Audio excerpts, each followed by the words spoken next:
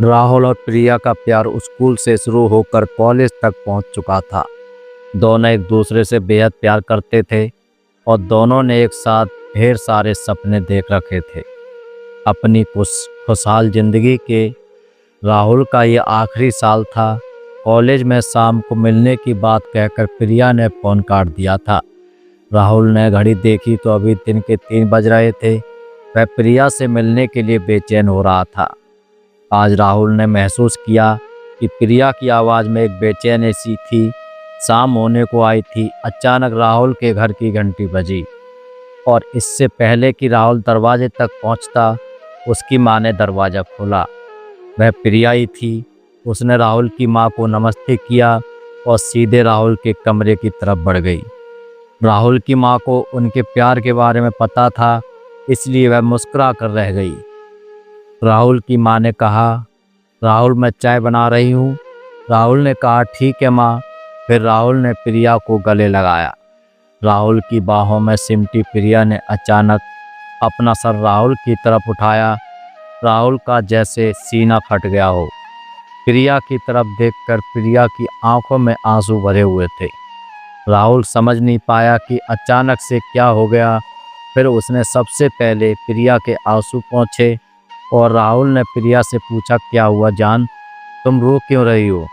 इतना सुनते ही प्रिया जैसे और टूट गई और बिना आवाज़ के वह और रोने लगी। उसकी आंखों से निकलते आंसू राहुल का सीना चीर रहे थे।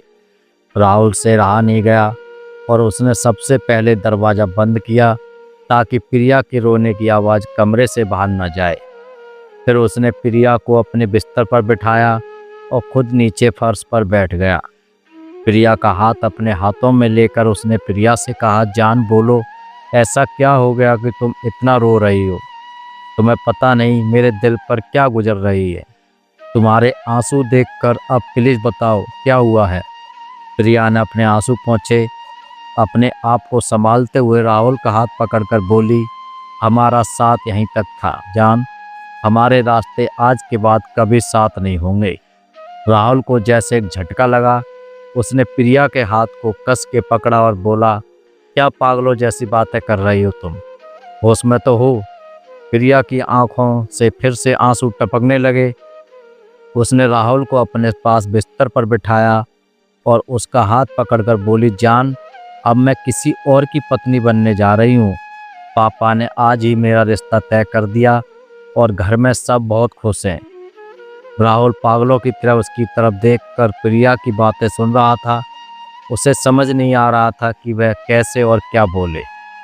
फिर थोड़ी देर बाद जैसे उसे होश आया, उसने प्रिया की आंखों में झांककर कहा, तुम मजाक कर रही हो ना जान। हालांकि राहुल की आवाज़ कर रही कंपन खुद राहुल को बता रही थी कि वह जानता था कि अब सब कुछ खत्म हो चुका है और प्रिया मजाक नहीं कर रही है। प्रिया ने उसके सवाल का जवाब नहीं दिया।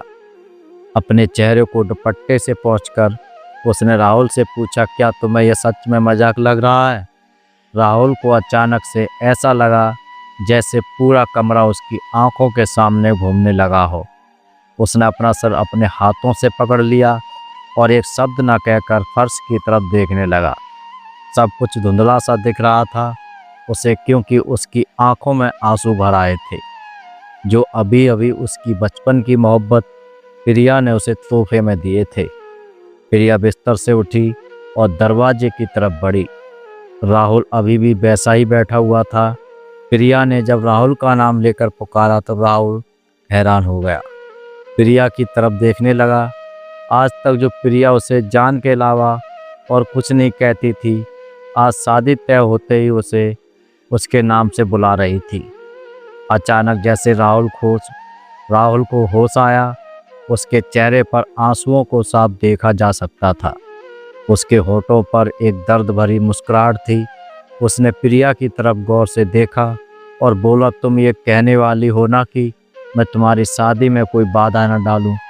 प्रिया ने यह सुनकर सर झुका लिया और हल्के से बोली, हाँ राहुल, यही कहना था। मुझे पूरी उम्मीद है कि तुम मेरे हालात समझोगे और कुछ भी ऐसा वैसा नहीं करोगे जिससे यह शादी टूटे या मेरे घर वालों की बदनामी हो। राहुल हैरानी से प्रिया को देखता रह गया। यह था उसके बचपन का प्यार, जिसे यह तक पता नहीं कि वह ऐसा कुछ करने की सोच भी नहीं सकता जिससे प्रिया या उसके घर वालों का कोई नुकसान हो। क्या इतना ही जानती थी प्रिया से? राहुल प्रिया से कुछ कहने वाला था मगर फिर रुक गया। उसने प्रिया की तरफ देखते हुए दीवानों की तरह मुस्कुराया और अपने दोनों हाथ प्रिया के सामने जोड़े और फिर दरवाज़ा खोल दिया।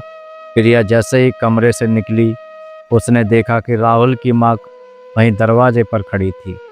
वह समझ गई कि राहुल की माँ ने सब कुछ सुन लिया है। अपना सर झुकाकर प्रिया वहाँ से चली गई।